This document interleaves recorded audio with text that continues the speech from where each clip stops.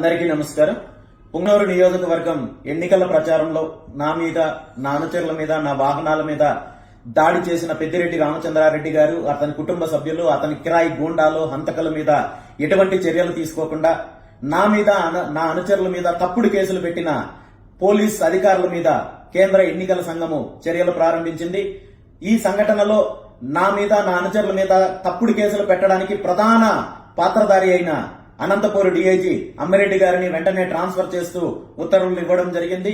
దీనికి ప్రత్యేకంగా కేంద్ర ఎన్నికల సంఘానికి ధన్యవాదాలు తెలియజేస్తూ మిగిలిన అధికారులు సదం ఎస్ఐ మారుతి గారు కావచ్చు, పుంగనూరు సిఐ రాఘవరెడ్డి గారు కావచ్చు, ఈ సంఘటనలో తప్పుడు కేసులకు ప్రయత్నించిన ప్రతి అధికారి కూడా ఖచ్చితంగా శిక్ష అనుభవిస్తారని చెప్పి తెలియజేస్తూ, దాంతో పాటు ఈ ఘటనకు కారణమైన పెద్దిరెడ్డి రామచంద్రారెడ్డి గారు, అతని కుటుంబ సభ్యులు, అతని చిల్లర మోకలందరికీ కూడా శిక్ష పడేంత వరకు పోరాడుతానని చెప్పి ఈ సందర్భంగా తెలియజేస్తున్నాను.